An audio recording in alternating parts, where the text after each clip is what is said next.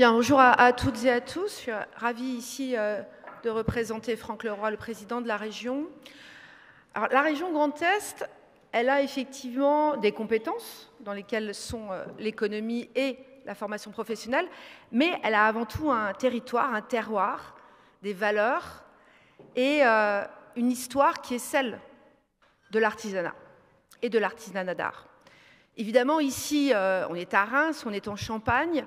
J'ai toujours tendance à dire, pour représenter ma région, quoi de plus magnifique qu'une coupe de champagne, donc le breuvage, servi dans une coupe de cristal. Et ça, c'est la symbolique et la réunion de ce que peuvent faire nos terroirs. Alors, je ne vais pas vous citer ici l'intégralité de ce qui peut exister comme compétence en artisanat d'art sur notre territoire, mais on a des marques mondes. Le champagne est une marque monde. Baccarat est une marque monde, Saint-Louis est une marque monde, Longwy, tout ça, ce sont des marques monde. Et tout ça, c'est la région Grand Est. De ce point de vue, on avait donc une responsabilité particulière de faire en sorte d'accompagner au mieux les jeunes et les moins jeunes, pour faire en sorte qu'il y ait à la fois transmission, et vous en avez parlé précédemment, qu'il y ait accompagnement à l'investissement, et évidemment, c'est aussi quelque chose sur lequel nous sommes très très présents, et il y ait formation. Compagnons du devoir sont ici, je salue le maire de Jarville, on a des projets importants, notamment pour les compagnons du devoir à Jarville. On l'a fait il n'y a pas très longtemps sur le territoire alsacien. On accompagne chaque année plus de 1000 personnes pour se former sur les métiers d'art, sur plusieurs dizaines de territoires. On accompagne plus de 140 demandeurs d'emploi, on peut faire beaucoup plus, qui se reforment parce qu'ils ont considéré qu'à un moment de leur vie, j'ai toujours le souvenir d'une personne que j'avais rencontrée dans les Vosges et qui avait décidé de devenir plumassière et qui était jusqu'à présent auxiliaire de vie et qui donc avait rencontré à un moment dans sa vie quelqu'un qui exerçait ce métier et qui nous avait demandé comment je fais. Bien, comment je fais on vous accompagne, on vous forme, on finance le financement de la formation et on finance évidemment votre rémunération. Ce qui vous permet en sérénité, parce qu'il faut de la sérénité quand on décide à 50 ans de changer de vie pour aller vers un métier de choix. Auxiliaire de vie, c'est aussi un très beau métier. Mais d'aller vers ce métier-là, eh bien, il faut de la sérénité. Et ça, c'est le travail de la région au quotidien. Autre perspective très importante, et vous l'avez évoqué, évidemment, il faut faire connaître. Si on veut que des jeunes viennent sur ces métiers, il faut que ces métiers soient connus. Vous le disiez, monsieur, vous avez parfaitement raison. Aujourd'hui, la plupart des jeunes connaissent 10 métiers, 15 métiers, ceux qui sont autour, dans leur entourage de proximité. Nous, on a beaucoup investi sur les journées européennes des métiers d'art, pour aller en lien avec les établissements scolaires, pour aller en lien, effectivement, avec les acteurs de la formation, pour ouvrir au maximum ces dispositifs. On a beaucoup investi sur les World Skills, ces compétitions des métiers, que nous faisons notamment aussi en lien avec les compagnons et avec les branches.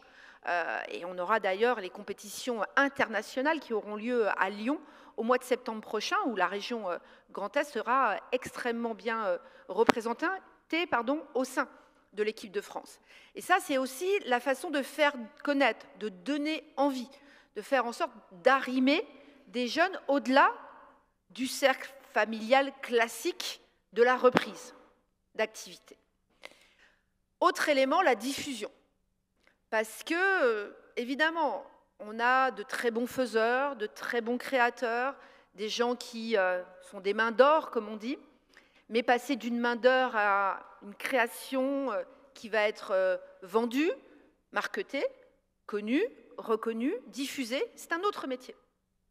C'est d'autres accompagnements. C'est aussi la nécessité de connaître un environnement qui n'est pas forcément inné. Et donc, il faut être accompagné pour ça. Et on a beaucoup travaillé aussi sur l'accompagnement dans des salons évidemment en France, mais des salons aussi au niveau européen, pour faire en sorte d'amener de plus en plus de créateurs à se positionner dans ce cadre-là. Donc tout ça, c'est un écosystème. Et c'est un écosystème qui doit se prendre comme il est. C'est pour ça que j'ai bien aimé votre titre. C'est une économie. Et c'est une économie que nous revendiquons, nous, Région Grand Est, parce qu'au-delà d'un terroir, de compétences, de savoir-faire, on a parfaitement conscience que c'est aussi un label de reconnaissance. Et que quand on va aller à Osaka, quand on va dire Champagne, quand on va dire Baccarat, quand on va dire Saint-Louis, on sera identifié. On sera reconnu. On sera perçu comme des gens de l'art. Et ça, c'est extrêmement important pour nous. Donc la région mobilise énormément de financement dans ce cadre-là.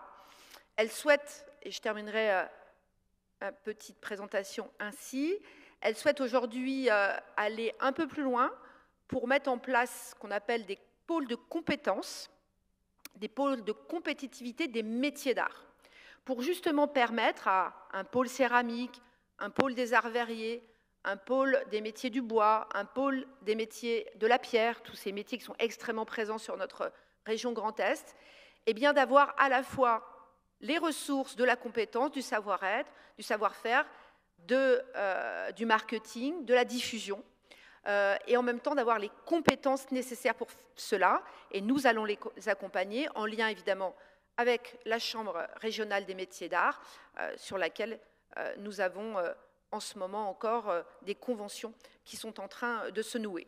Donc merci pour cette belle journée.